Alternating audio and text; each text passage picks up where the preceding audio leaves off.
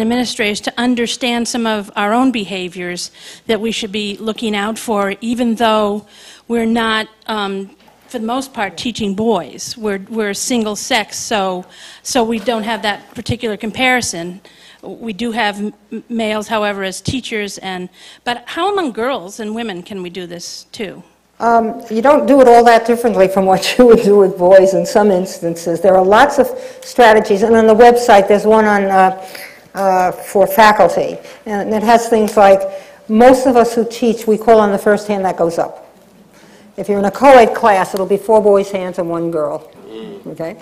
So one of the techniques is you do not call on the first hand that goes up. Forget about your discomfort with silence.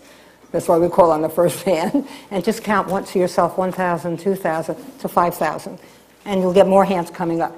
Another technique. I mean, because these are simple but very effective techniques to get girls who don't participate to participate.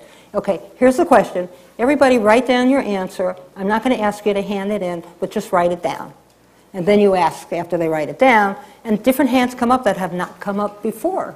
So there are all kinds of techniques like that. Another one is, if once you know about the chilly climate behaviors in the classroom, then to have someone videotape, say, 1 or 2 classes you've been teaching. Many classes, and I've done this myself, you have a couple of stars in the class. There are maybe 3 to 5 children you call on more than anybody else. And they get, research shows, about 75% of the time of the class time. They get a huge amount because they're pushy and they're smart and they like to raise their hand. And so then what do you do to get the others involved? And there are techniques like this to get others involved. Small groups are very, very helpful to get people involved. There are a whole bunch of good teaching techniques that actually deal with the chilly climate. And again, there's one thing on this. I think it's 18 ways to warm up the climate or something like that. But it's good teaching, and it's involving all the children in the class and not just the stars. I think in many all-girls schools and events, there is a lot of collaborative work in small teams and small groups, and I think that's extraordinarily helpful. But some of these other techniques, do we look at the eyes of all of the children, or are we always looking at the kids who are looking at us? There are just a number of things like that. Who do we call by name? Who do we ask to volunteer? Mary, would you like to? Well, Susie's never been asked. And to become much more aware of those things.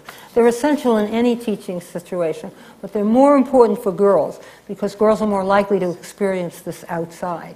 And sometimes it's useful to talk about even the chilly climate with girls. When you talk about stereotypes, you get much more of the overt as well as the subtle kinds of stereotypes and behaviors that girls are expected to behave in certain ways. And many times you find out they don't like those stereotypes. And they don't believe that they want to be that way. They don't believe that the stereotypes are actually applicable to them. But you strengthen that view by talking about it. Right. I don't know if it fully answers your question or not. I'm being told that we are out of time. These are huge, huge issues. What I want to give each of you is a chance, because I know that there were questions we just didn't get to, make a couple of summation comments of some things that perhaps we didn't get a chance to touch on, or some points you particularly want to drive home, and we'll just start with you, Ruth. My comments are very simple. First of all, I think you're all doing amazing work, and it's so critical to the future of girls. And I believe so strongly that every girl brings something to the table. And when I joined the Girl Scouts as a CEO 3.5 years ago, I made it my personal stake in the ground that we would reach out to every girl who wanted to be a Girl Scout within our footprint.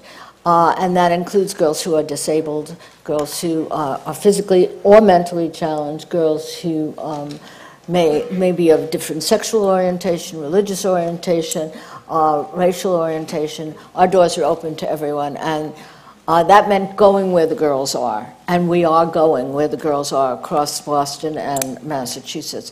And for me, it has been a wonderful journey. I am so proud to be talking to you about what we are doing. We're going into our 100th anniversary this year as Girl Scouts, and I do believe that you must listen and look at every girl as an individual and give her the opportunity to reach her full potential. And thank you for what you do. I want to bring up one issue, and that's the issue of sexual harassment and bullying again. that is becoming a national issue. It is a terrible issue because it has had and continues to have terrible consequences for children who feel so badly that they actually kill themselves. Most of us like to think that girls don't do this to other girls, but some of them do. And we need to be, I think, have specific programs in schools, girls' schools as well as co-ed schools, to deal with this, to teach children about it, to teach them respect for others. And we need to also talk about sexual assault, particularly as they get older, particularly as they prepare for college. I want to give you one startling statistic, which scares me every time I say it. 1 out of every 4 to 5 college students, college girls, will be sexually assaulted or raped by someone they know while they are a college student. We can't stop all of that, but we can prevent some of it by talking about this with girls. It makes people uncomfortable, but they need to know something about it. The first 3 weeks of college are the most dangerous weeks for young girls in terms of sexual assault and so forth.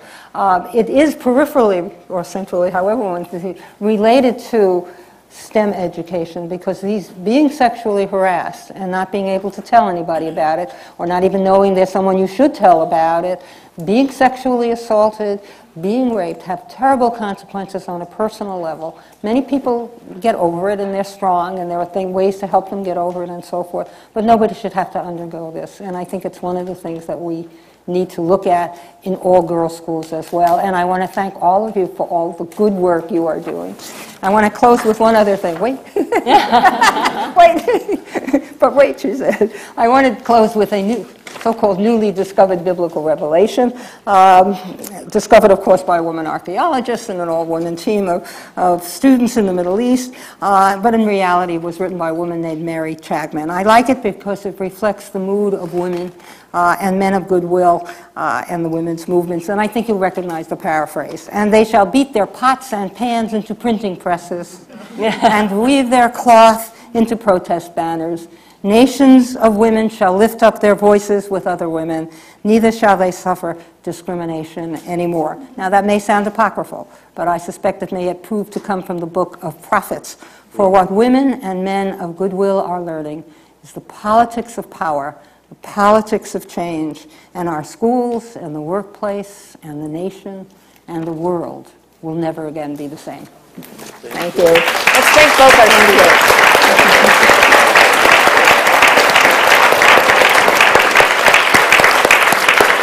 Thank you to the three of you. I won't take much time right now because we are a little bit behind schedule. So head off to your sessions.